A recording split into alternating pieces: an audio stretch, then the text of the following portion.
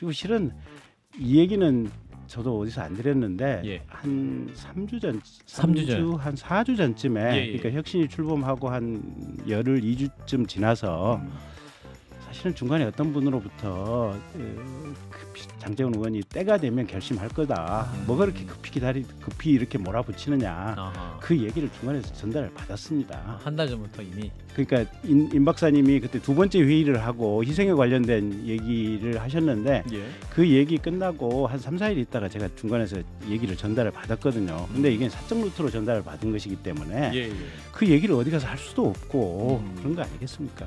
근데 이런 가운데 장제원 의원 관련해서 민주당 어떤 의원은 이제 쪼개기 후원금 관련한 기사가 나왔다. 네. 그래서 어떤 그런 부분에 있어서 좀 위협을 느낀 장제원 의원이 떠밀리듯이 불출마 선언한 거 아니냐 이런 해석도 있는데. 글쎄요. 아니 저 송영길 대표 보십시오. 예. 뭐 사람들 주변에 돈 받은 사람들 구속돼 있어도 나는 영장 기각될 거라고 큰소리 치는데 예. 정치인들 전투력으로 따지면요. 그런 거 일도 신경을 안 쓰는 거고요. 예, 지난 10월 26일 활약에 출범한 이후 이 42일간의 활동 동안 모든 언론의 주목을 받았던 국민의힘의 혁신위원회 어제 이제 공식적인 활동이 종료됐습니다. 그동안 정말 말도 많고 탈도 많았는데 그런데 오늘 장제원 국민의힘 의원이 불출마를 선언하면서 이 혁신위의 뜻이 실현되는 분위기입니다. 과연 이분은 어떻게 이 상황을 보고 계시는지 오늘 단독 인터뷰를 모셨습니다. 국민의힘 혁신위의 대변인을 지내셨죠. 김경진 전 의원을 모셨습니다. 어서 오십시오. 반갑습니다. 김경진입니다. 네, 김 교수님, 김 소장님. 안녕하세요. 안녕하세요. 그동안 인터뷰를 안 하셨죠? 예, 작년 7월 1일부터 사실은 이제 방송을 완전히 끊었었고요. 예. 작년 7월 이후에 난생 처음으로 방송하는 것 같아요. 스튜디오 출연 처음 출연이시군요. 예. 근데 사실은 앞으로도 방송 출연을 그러니까 이제 제가 직접 관련된 이슈를 제외하고는 이제 갑자기 방송을 안 할 생각이었는데 사실은 혁신위 대변인을 하면서 제가 했던 역할 중에 하나가 인현 위원장님 언론 인터뷰 일정을 제가 조금 조정하는 데 관여를 했었습니다. 근데 그 과정에서 약간의 좀 실수가 있어가지고 이게 CBS 내부에서 사실은 이게 저녁 방송에 인터뷰를 하겠다고 제가 손명희 PD한테 약속을 했었는데 그게 깨져버렸어요. 제가 순간 정신없는 상황이어서. 죄를 지으셨군요. 네, 그래서 세세한 설명 안 해주셔도 되고 여기까지 알겠습니다. 그래서 일단 뭐 나오신 게 중요하니까. 아무튼 혁신이 마쿠에서 실세는 우리 김경진 의원이셨군요. 아니요, 그런 건 전혀 아니고요. 네, 실세는 원래 본인이 아니라고 얘기를 합니다. 아니, 실제로도 혁신과 관련된 많은 좋은 안건은 오신환 의원이 이제 많이 제안을 했었고, 오신환 의원이. 네, 그다음에 위원님들이 상당수가 지금 70년대, 80년대 생들인데, 그래서 이분들이 좋은 안건을 이렇게 제의를 했었고요. 저희는 실세가 있을 수가 없는 게, 심지어는 오늘 어떤 안건을 논의합시다 이 자체도. 그 내부에서 차츰 의견 수렴과 대화를 통해서 좁혀가는 방식으로 이걸 해왔기 때문에 실세라는 게 있을 수가 없었습니다. 알겠습니다. 그래도 2주간 앞당겨 종료가 됐으니까 뭐랄까요? 좀 위기 순간도 많았고 마친 소회는 어떠세요? 저는 사실은 이제 혁신이 무엇이냐라는 어떤 이 질문과 관련해 가지고 저는 큰 틀에서 이게 제도의 변화가 본질적인 혁신이다 이제 이렇게 생각을 했었는데 혁신위 내부에서 또 상당수의 위원님들은 제도 변화라기보다도 우리 당내에서 정치적인 책임을 지는 것이 가장 중요한 그 점이 혁신 아니냐 이제 이렇게 생각하시는 분들도 있었고 또 언론에서도 그 점에 초점이 좀 맞춰졌던 것 같아요 보면. 그래서 사실은 뭐 청년 비례대표 50%라든지 또는 과학기술 인재를 이번 선거에서 우리 당이 적극적으로 공천을 하자든지 굉장히 좋은 아젠다들이 있었는데 이런 부분은 그냥 국민들의 관심에서 사라지고 오로지 희생 부분만 좀 조명이 됐다. 이제 저는 혁신위원 중에 한 명이었던 사람으로서 그 부분은 약간 좀 불만이었습니다. 혁신 활동 보면서 이제 저희 방송에서는 역시 국민의힘 혁신은 어렵구나라는 결론이 난 것으로 이제 얘기가 됐었는데 오늘 아침에 장제원 의원이 갑자기 총선 불출마를 공식 선언했습니다. 그 장면을 잠깐 듣고 말씀 이어가겠습니다. 운명이라 생각합니다. 저는 22대 국회의원 총선에 출마하지 않겠습니다. 역사의 뒤편에서 국민의힘의 촌성 승리를 응원하겠습니다. 윤석열 정부의 성공보다 절박한 것이 어디 있겠습니까? 총선 승리가 윤석열 정부 성공의 최소한의 조건입니다. 그래서 제가 가진 마지막을 내어놓습니다. 예, 장제원 의원의 불출마 선언이었는데 의원님 어떻게 들으셨어요? 어려운 결정을 한 거죠. 보면 아니 이게 사람이라고 하는 게 무슨 마슬로우의 욕구 6단계 개설 뭐 이런 걸 꺼내기 전에 나는 뭔가 사회적인 역할을 하기 위해서 사는 거 아닙니까? 예. 자기가 생각하는. 예. 근데 일단은 당장의 총선이라고 하는 이 역할에서 본질적으로 나는 아예 빠지겠다라고 하는 부분이니까 예. 참 힘든 결정을 했다. 지금 이렇게 보고 있고요. 예. 이게 결국은 이제 윤석열 정부의 지지율이 비교적 낮고 또 저희 당의 어떻게 보면 지지율이 굉장히 낮은 상태에서 누군가는 정치적인 책임을 분명히 져야 되는 상황인데 예. 그 부분과 관련된 국민의 민심들을 정확히 읽고 한 것이 아닌가 저는 그렇게 보고 있습니다. 혁신위에서 생각하시는 혁신의 방향하고 네. 맞다고 보시는 건 거죠? 좀 더 다른 의원들도 여기에 동참할 가능성은 어떻게 보십니까? 일단 인유한 혁신위원장이나 또 상당수의 혁신위원장들이 예. 분명한 희생을 통해서 지도부나 윤석열 대통령과 가까운 분들은 정치적인 책임을 좀 져라. 이렇게 낮은 대통령 지지율과 관련된 책임을 져라라고 하는 것이 혁신이라고 보기 때문에 예. 저는 좀 생각이 좀 많이 좀 다른 측면이 달랐지만 상당수의 위원들이 그렇게 생각을 했고 그렇기 때문에 오늘 장제원 위원이 불출마 선언을 한 것은 혁신의 어떻게 보면 그 일환이다. 연속선상에 있다. 지금 이렇게 봐야 될 진 교수님. 네. 네. 근데 사실 그 집권 체제가 이른바 이제 김장 연대를 통해서 만들어지지 않습니까? 네. 굉장히 무리했잖아요. 뭐 유승민 쳐내고 뭐 안철수 쳐내고 나경원 쳐내고 해서 억지로 만들었단 말이죠. 네. 근데 장제원 이분이 지금 불출마 선언했습니다. 그럼 당장 나오는 문제는 김기현 대표는 뭐 할 거냐? 네. 아니, 대표직을 계속 유지할 거냐? 근데 총선 출마를 할 거냐 안 할 거냐? 네. 이런 지금 질문 던질 수가 있지 않습니까? 글쎄 이제 오늘 아침부터 김기현 대표가 지금 전화 끄고 이게 장고에 들어갔다고 하는데 그 와중에 지금 어제 당장에 김병민 최고가 빨리 결단하라라는 얘기를 했었고요. 최고위에서 했죠. 네, 예. 그다음에 오늘 아침에 지금 홍준표 시장이라든지 또 김태흠 지사, 그러니까 당에 유력하신 분들이 공통적으로 지금 이 얘기를 하고 있는 거거든요. 예. 거기다 혁신위에서도 어쨌든 뭐 당 대표라고 딱 특정은 안 했지만 예. 큰 틀에 비슷한 얘기들을 했기 때문에 저는 아마 대표께서 아마 뭐 오늘 저녁이나 내일 아침까지는 결단을 내리지 않으실까. 김기현 대표 입장에서는 네. 좀 억울하신 게 있는 게 아닌가. 그럴 수도 있죠. 본인은 네. 이제 본인의 뜻을 뭐 막 관철한 게 아니라 네. 어떤 용산과 협의도 많이 했고 용산의 뜻도 많이 반영한 그런 상황이었는데 왜 책임을 나에게 지라고 하는 것인가?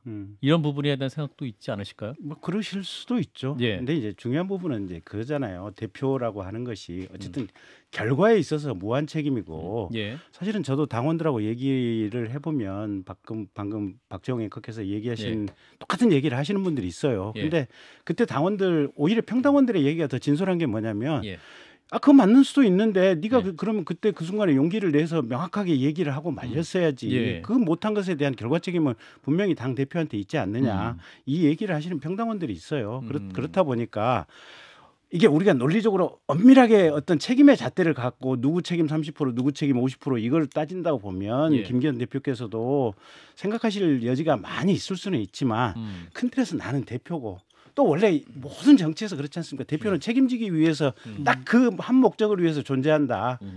사실은 그러니까 이준석 대표도 방금 본인 SNS에 글을 올렸습니다만 그 강서구청장 보궐선거의 패배 책임이 그 공천을 한 대통령에게 있는 것이지 당 대표에게 있는 것도 아니고 지금 최근에 벌어진 여러 가지 문제들도 그렇고 뭐 김기현 대표의 책임이 있다면 대통령에게 아니요라고 말 못한 책임. 정도인 거고 그것에 대해서는 국민의힘 다른 의원도 할 말 없지 않느냐. 도대체 이런 식으로 본인 포함해서 2명의 당대표가 선거를 통해서 선출된 당대표들이 이런 식으로 계속 갈려나가는 상황 이게 맞는 것이냐라는 문제제기를 하던데 사실은 이런 부분에서는 좀 대통령의 책임도 좀 얘기가 돼야 되는 거 아닐까요? 근데 이게 그렇지 않습니까? 분명한 거는 형식적으로는 분명히 당 대표께서 공천권을 가지고 계신 거고 대통령이 공천에 개입을 한다고 하는 것은 어쨌든 있을 수가 없는 일이죠. 그리고 본인 명의로 공천장에 도장이 콱 찍혀서 나가는 거 아니겠어요, 보면.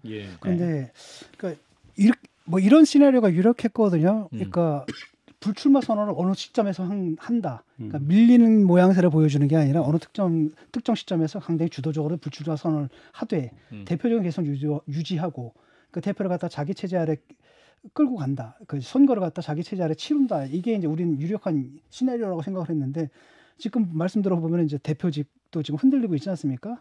그럼 남는 건 저 출마거든요. 이분 또 울산 출마하게 되면 모양이 참 보기가 참 민망하지 대표는 않습니까? 사퇴하는데 울산은 계속 출마하는 상황도 올 수 있습니까? 근데 여러 가지 뭐 이렇게 속칭 말하는 시나리오라고 하는 얘기들이 이제 오고 가는데 분명한 것은 대표께서 지금 장고 중에 있고 대표가 그 대표직에 올라가기 전까지는 올라가는 과정 속에서 국회의원 선거도 여러 번 치러봤고 또 큰 시의 시장 선거도 치러보셨고 이러기 때문에 아마 본인의 담량이나 또 역량이 충분히 그 모든 것을 이렇게 정확하게 해결할 만한 국민들에게 감동을 줄 만한 결정을 할 저는 담량과 역량이 되시리라고 믿습니다. 근데 어제 이제 국민의 일부 초선 의원들이 단체 대화방에서 김기현 대표 사퇴, 그 비대위 출범을 연일 주장했던 서병수 의원, 하태경 의원을 자살 특공대다, 민주당 엑스맨이다 이렇게도 비판을 했는데 다시 또 이 김기현 대표 사퇴론이 또 김기현 대표가 좀 그런 것을 장고에 들어갔기 때문에 이 초선 의원들도 약간 어리둥절하고 어떻게 해야 되나 또 이분들 고민하실 것 같은데요. 근데 이제 이 자리에 있었던 그 아까 우리 김성애 이제 패널께서 질문하신 것처럼 지금 우리 당이 왜 현재의 위기에 있느냐 책임론을 가지고 갑론을박을 하면 사실은 다들 머리가 아플 수밖에 없습니다. 도대체 누구 책임이냐. 근데 이거는 누구 책임이냐가 중요한 것이 아니고 국민들이나 평당원의 시각에서 보면 그때 당시에 그 자리에 유일하게 어떻게 보면 의사결정 그리고 본인 명의로 공천장이 나갈 수 있는 상태에 있었던 본인이 결과로서 뭔가 책임을 지는 모습을 보여주어야만 국민들에게 우리는 국민이 감동하실까요? 감동하실 수 있도록 저희들이 노력을 해야죠. 그렇군요. 자, 이런 가운데 이제 총선체에서 어차피 이제 공천관리위원장에 막강한 권력이 있는 것인데 어떤 분이 하게 됩니까? 아니 물러나시면 비대위로 가나요? 아니면 뭐 원내대표 체제로 가나요? 아니면 공관위로 가나요? 이게 좀 헷갈리던데 지금. 저도 그건 잘 모르겠습니다. 잘 모르겠는데 어쨌든 이제 큰 틀에서 당의 얼굴이 바뀌는 거니까 이제 그런 거고요. 공관위원장에 대해서는 뭐 저도 속칭 뭐 언론에서 이렇게 돌아다니는 얘기들을 보긴 봤는데 안대희 전 대법관, 뭐 등등 해서 돌아다니는 걸 봤는데 저도 누가 될지는 모르겠습니다. 어떤 성격의 분이 하시는 게 이번 총선 특히 수도권에서의 국민의힘에 좀 선전을 기대해 볼 수 있다고 생각하십니까? 뭐 개인적인 저는 저희가 혁신위 안건을 냈을 때 일단 첫째는 전면적으로 경쟁해서 후보를 뽑는 것을 원칙으로 해라. 이게 하나가 있었고 두 번째 그 와중에서 청년들만을 위한 청년 특구를 좀 구성을 하고 그다음에 비례대표 같은 경우는 30대, 40대, 40대, 44세까지가 지금 청년이죠. 청년들을 비례대표에 좀 과감하게 발탁을 해라. 그다음에 이공계 출신 과학기술인들을 공천에 적극적으로 좀 배려를 해라. 이게 저희 혁신위에서 냈던 공천과 관련된 가이드라인이거든요. 거기에 조금 더 덧붙인다면 사회적 물의를 야기한 사람이라든지 또 범죄 전력이라든지 이런 얘기를 했었는데 그 원칙을 정확하게 잘 지킬 수 있는 사람. 그러니까 국민들의 뜻을 받아서 그 대통령실에 있었다고 해서 이렇게 그 무슨 낙하산 공천 이런 건 있을 수는 없고요. 국민들의 뜻을 받아서 전면적으로 경선을 시행할 수 있으면서도 아까 말한 그런 저희들이 혁신위에서 제시했던 것을 실천해 주실 수 있는 분이 공관위원장으로 오셨으면 제일 좋겠습니다.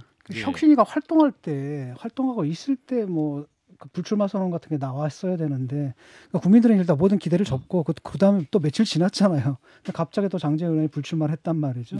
아니 그렇게 할 바에야 애초에 혁신위가 딱 했을 때 호응하는 모습을 보였으면 훨씬 더 그림이 좋았을 텐데 왜 그랬는지 글쎄 그러니까 이제 각자의 생각이 좀 다른데 뭐 저 혁신위원 할 때는 일단 배고플 때 밥 먹여주는 게 가장 좋은 사람 아니냐 이제 저희 내부에서는 이제 그런 식의 얘기들이 좀 있었어요. 근데 또 그분들 입장에서는 지금 정기국회 중이고 예산 심의가 한참 진행 중이고 그다음에 두 번째는 내가 내 자발적인 의지로 불출마를 하든지 정치적인 희생을 한다고 하는 것이 분명해져야지 내가 혁신위에 떠밀려서 정치적으로 내가 낙상을 이렇게 강제적으로 이게 정리당했다. 예.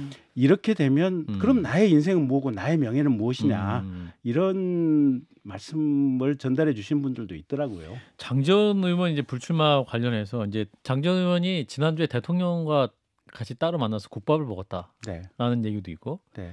근데 이런 가운데 장재원 의원 관련해서 민주당 어떤 의원은 이제 쪼개기 후원금 관련한 기사가 나왔다. 네. 그래서 어떤 그런 부분에 있어서 좀 위협을 느낀 장재원 의원이 떠밀리듯이 불출마 선언한 거 아니냐 이런 해석도 있는데. 글쎄요. 아니 저 송영길 대표 보십시오. 예. 뭐 사람들 주변에 저 돈 받은 사람들 구속돼 있어서도 나는 영장 기각될 거라고 큰 소리 치는데 예. 정치인들 전투력으로 따지면요. 그런 거 일도 신경을 안 쓰는 거고요. 그렇습니까? 네. 그게 이제 뭐 결국은 이렇게 봐야 되지 않나요? 아까 설명드린 대로 나는 내 결정에 의해서 윤석열 정부 성공을 위해서 내가 판단하는 적절한 시점에 내 자유의지로 희생하는 모습을 보이겠다. 그리고 실은 이 얘기는 저도 어디서 안 드렸는데 예. 한 3주 전, 한 4주 전쯤에 예. 그러니까 혁신이 출범하고 한 열흘 2주쯤 지나서 사실은 중간에 어떤 분으로부터 장재원 의원이 때가 되면 결심할 거다. 뭐가 그렇게 급히 이렇게 몰아붙이느냐. 그 얘기를 중간에서 전달을 받았습니다. 한 달 전부터 이미. 그러니까 임 박사님이 그때 두 번째 회의를 하고 희생에 관련된 얘기를 하셨는데 그 얘기 끝나고 한 3, 4일 있다가 제가 중간에서 얘기를 전달을 받았거든요. 근데 이게 사적 루트로 전달을 받은 것이기 때문에 그 얘기를 어디 가서 할 수도 없고 그런 거 아니겠습니까?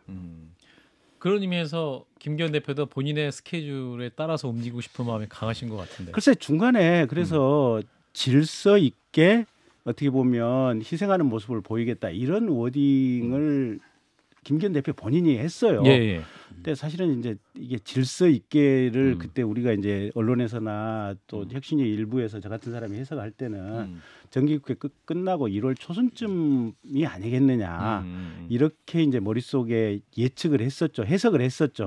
근데 이제 중간에 울산에서 지역구 주민들이 올라와 가지고 울산 발전을 위해서는 당신이 꼭 필요하니까 재출마해 달라.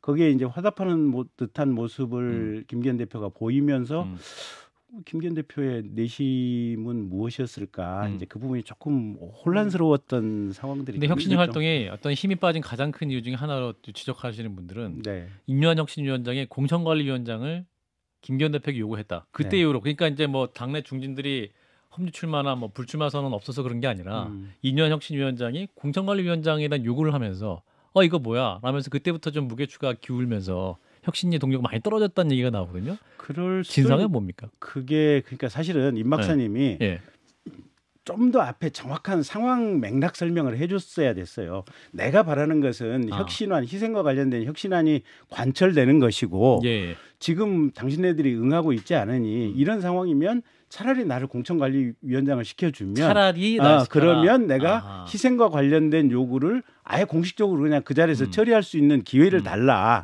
근데 실제 내심은 공관위를 하겠다고 하는 의사는 1도 없었고요. 사실은? 네, 결국은 희생 관련된 부분을 당시에 임요한 위원장께서 좀 압박하기 위한 수단적 언어로 이제 그 문장을 사용을 했었는데 말 그대로 문장 그대로 그냥 읽다 이게 독해를 하다 보니까 지금 그런 문제들이 생겼던 거죠. 다른 한편은 혁신위도 사실 한때 삐걱한 적 있지 않습니까? 혁신위원들이 뭐 사퇴하겠다, 뭐 그런 얘기 하고 그 발언의 진앙지가 그렇죠. 유명해졌습니다. 혁신위는 시간 끌기용이다. 근데 실제로 그런 발언을 하셨습니까? 아니면 어떤 다른 맥락이었습니까? 제가 그게 혁신위가 그걸 저 대화를 녹취를 하지는 않아요. 그러니까 속기를 해가지고 이게 텍스트 형태로 이걸 보존을 하지는 않아요. 그래서 저도 그 얘기를 제가 했는지 안 했는지가 명확하지는 않아요. 근데 그때 그날 당시에 사실은 이 대화나 토론이 되게 뜨거웠던 것은 사실이고 그 뜨거운 토론을 하는 와중에서 제가 오늘 얘기했던 맥락처럼 그때 그러니까 누구로부터 이런 얘기를 들었다라는 걸 제가 얘기는 할 수가 없잖아요. 근데 그분들한테 시간도 좀 줘야 되고 좀 시간을 좀 끌어줘야 그분들이 생각하는 질서 있는 어떤 시간에 따라서 아하. 이런 부분이 가능할 수도 있지 않겠느냐 이런 아하. 맥락 속에서 얘기를 드린 것 같은데 어쨌든 제가 갑자기 그냥 모든 언론에 시간 끌기의 대명사가 또 하나 혁신의 중요 순간 중에 또 인요한 위원장이 네. 부산 가셔가지고 이준석 전 대표를 만났던 순간인데 네. 그때 비하인드 얘기가 좀 듣고 싶습니다. 그 인요한 혁신위원장 이준석 전 대표에 대한 마음은 어떻을까요? 지금 여전히 열려 있습니까? 이제 어떤 말에 대한 설화에 대한 사과도 하셨긴 합니다만 사과는 했는데 예. 지금 보니까 이제 이준석 대표께서 계속해서 지금 창당과 관련된 내용들을 탈당 얘기도 하시고 거의 뭐 구체화 시켜가고 있잖아요. 예. 그러면 이제 임 박사님 입장에서는 계속해서 어쨌든 첫 번째 혁신 안건이 당내 대화합이었지 않습니까? 그렇죠. 화합해서 징계를 풀었는데 네. 이준석 대표께서는 계속해서 어떻게 보면 공격을 했다. 그럼 말할까 하여튼 이제 그런 상황이다 보니까 임 박사께서도 조금 아마 지친 측면은 조금 있는 것 같아요 보면. 이준석 대표가 이제 지쳤다. 네.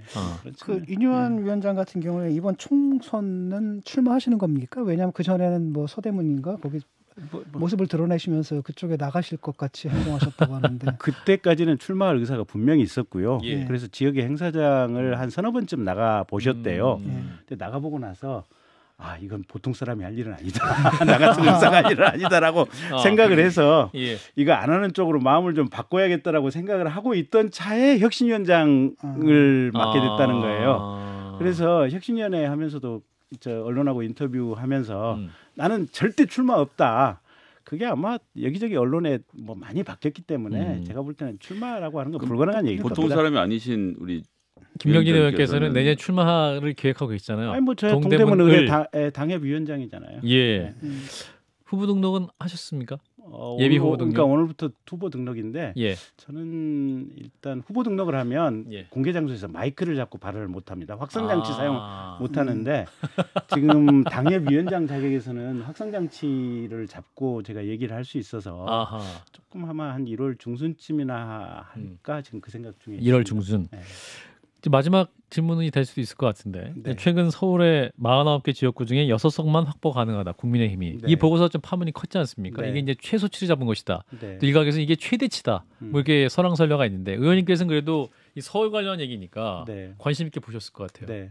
어떻게 보셨습니까? 일단 반성해야죠. 저희가 그 강서구청장 재보궐선거에서 그렇게 많은 득표율 차이가 났다고 하는 것은 국민들의 평균적인 시각이 일단 우리에 대해서는 대단히 부정적이다라고 하는 것은 현실인 것 같고요.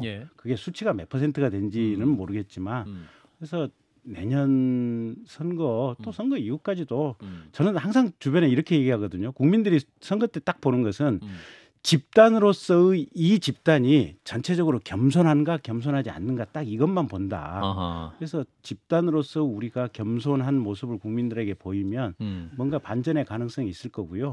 그게 없으면 뭐 비슷한 결과가 되지 않을까 싶습니다.